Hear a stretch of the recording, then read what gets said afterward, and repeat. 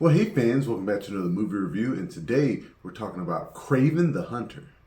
Now, before I get to the rest of the review, I'd like to thank the sponsor for this video, MoviePass. So MoviePass is back and it's better than ever. It's a subscription-based ticketing service, and I've been using it for a few months now, and I just think it's great. And they have this neat new black card, and it feels great, and it's very easy to use. And unlike your AMC A-List or your Regal Unlimited, you can use MoviePass at almost any theater, and it is very simple to use.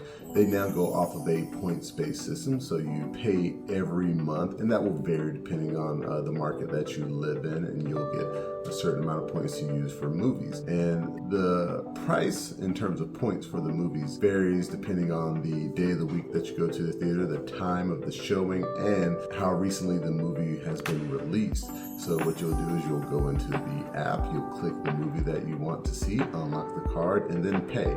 You can also pick the online option for just a few more points if you don't want to wait in line. So again, thank you to MoviePass. So Kraven the Hunter is a superhero action film directed by J.C. Chandor, starring Aaron Taylor Johnson, Ariana DeBose, Russell Crowe, and many other names. And it is loosely based off of the Marvel character of the same name, and is the sixth film and possibly final film in Sony's Spider-Man universe. You know, the universe of movies where there is no Spider-Man. And it follows this kid named Sergei Kravenov, who on a hunting trip with his brother and his father, he is mauled by this vicious lion. He ends up being saved by the granddaughter of this witch doctor, who gives him this potion that gives him animal-like abilities.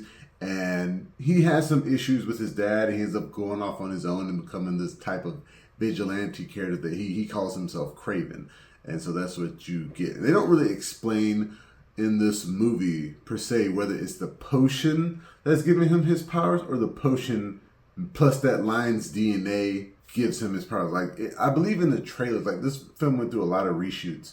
And in the trailers, it made it seem like he had the powers of like all the animals, that he could see through the bird's eyes with the wolf's eyes. He had the strength of a lion and all that. But in this, he just kind of seems like some kind of Tarzan-like character. And honestly, after watching it, I had a fun time. I thought this was a solid movie. This is the best movie that Sony has made in this Spider-Man universe. The rest have been just total shit. But this one, it was fine. It was a good time at a theater. And that's not to say it's like the best thing ever. It's just a solid superhero action flick. And it's kind of sad that it comes on the heel of just a bunch of turds. And what I liked about it, I like Aaron Taylor Johnson. I like him as an actor. I think he did fine in the part. I think he needs to kind of work on what accent he wants to pick, because there are times throughout the film where his accent kind of fluctuates a little bit, and that could have been due to, you know, them ADRing over certain lines. It's nowhere near as bad as what happened with Madam Web, but yeah, you can definitely tell they went back in and changed some of the dialogue. The guy who played the Rhino, he was fine. They should have had him as the Rhino throughout more of the film. The whole aspect of him not wanting to be the Rhino and wearing that little backpack thing that kind of kept the transformation at bay, I thought was really silly. They should not have done that. The guy, I believe his name is Fred Hechinger. I think that's the actor's name. He plays his brother Dimitri, who in the comics we know turns out to be the Chameleon. And the way they kind of do him in the film, for the most part, I like it. You know, they're half brothers. He's not as strong as his brother, but he has this very good talent of like mimicking people's voices. He does his dad's voice like throughout most of the movie, and how they kind of wrap that up into his character at the end was great. Although the plot line involving him being kidnapped, I feel like in an earlier draft he orchestrated that whole thing, but they kind of changed it in this movie to be someone else. So yeah, you can tell there were like many plot points kind of converging in this film. They just had to kind of put it together in post. But the action is solid. The final fight scene is fun. And you can tell that Kraven's kind of like, in that fight with the Rhino, he is the Spider-Man-like character, because he's using like his speed and his agility to take out this stronger character in the Rhino. There is a secondary villain known as the Foreigner. He has this weird eye hypnosis power, and he like comes out of nowhere and is defeated in a silly way. And they never quite explained exactly how he got his power or what his power is. It's just like he's just there for there to be a secondary villain that I don't think was necessary at all. And it utterly feels like his entire character was added in reshoots. They're just like, we need somebody else in this movie for Kraven to fight. hire this guy that nobody really knows about and put him in the movie.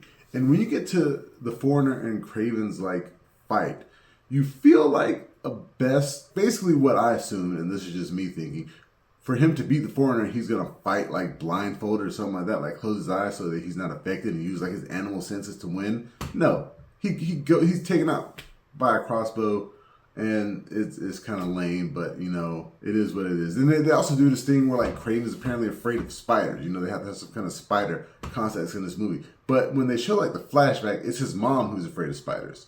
So they never show if that's like some kind of generational trauma, why they're afraid of spiders. They never really go into that. They just kind of throw it in there. So I think they should have explained that more. Ariana DeBose, she doesn't really have a lot to do as Calypso. And like in the comics and in the animated Spider-Man cartoon, Kraven and Calypso, they go hand in hand. Their relationship, the way it works, is a lot deeper than what is introduced in this movie. And it does feel like they were kind of saving more for a potential sequel. So we'll see if they make it. We'll see what they do there. I thought she did a fine job for what she was given.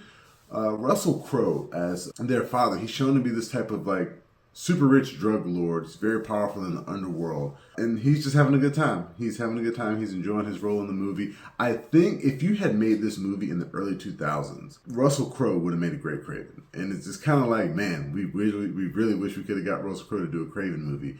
But we'll just throw him in here as the dad so people can kind of see what we hoped we could get. But yeah, overall, like I said, it was a solid movie. In terms of the score, I'm going to give it a 6 out of 10. I don't think that Sony should continue making these movies. But after seeing Kraven the Hunter, you know, the trend is going up, I guess. I'd give him another shot. Try one more, see what you can do. It looks like the Venom movies are over, and I mean, this could be their way forward. I mean, we'll see. We'll see. I'd like to thank you guys again for joining me for this movie review. You can find the full review on YouTube and the website, flipfrogllc.com/flicksfrog. You can find us on Facebook, Instagram, Twitter, and Reddit. And please, pretty please, make sure that you like, share, and subscribe. And until next time, I'll be seeing you.